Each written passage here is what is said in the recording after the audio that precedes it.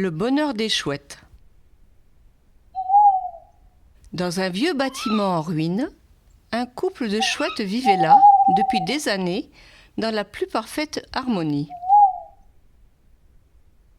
À quelques pas de là s'étendait une basse-cour où poules, dindons, paons, oies et canards ne pensaient qu'à boire et manger.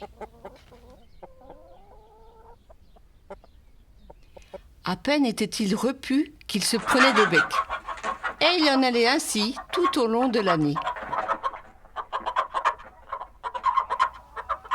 Un beau jour, le paon aperçut les deux chouettes dans leur repère. À son grand étonnement, elles ne se disputaient pas. Serait-elle heureuse ? Toute la basse-cour lui proposa d'aller s'enquérir du secret de leur bonheur. Le paon accepta cette mission en s'inclinant bien bas.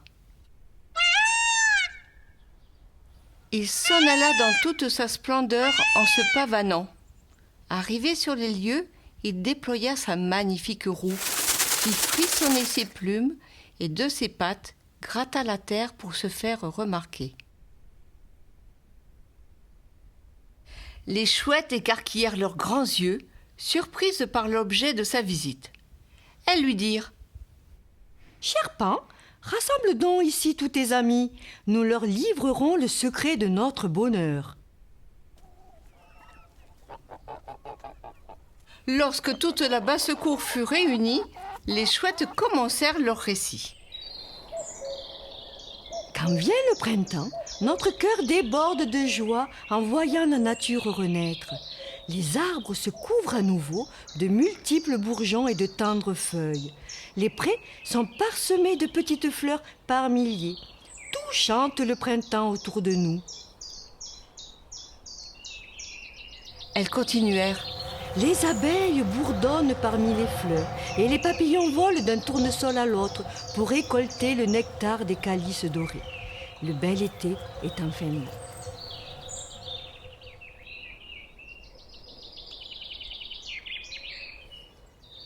Lorsque toute la nature est resplendissante, que les cimes des arbres nous font signe et que la végétation, gorgée de soleil et de pluie, explose et s'épanouit, nous partons dans la forêt à la recherche d'un coin d'ombre enchanté de ce spectacle.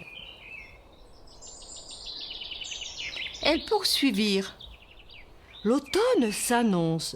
L'araignée, qui à l'abri d'une feuille a contemplé l'été dans tout son éclat, tend maintenant sa toile pour retenir encore un peu les feuilles rougeoyantes. Et quand elles sont tombées et que la terre a revêtu son manteau de neige, nous retournons dans notre vieille maison pour y passer l'hiver en paix.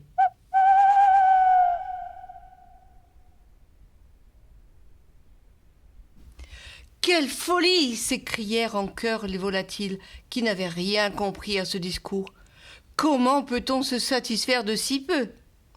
Les animaux de la basse-cour, préférant continuer à ripailler et se chamailler, firent volte-face pour revenir à leurs mauvaises habitudes. Alors, les chouettes se blottirent l'une contre l'autre. Elles clignèrent de leurs gros yeux ronds en s'envolant dans leurs pensées empreintes de sagesse.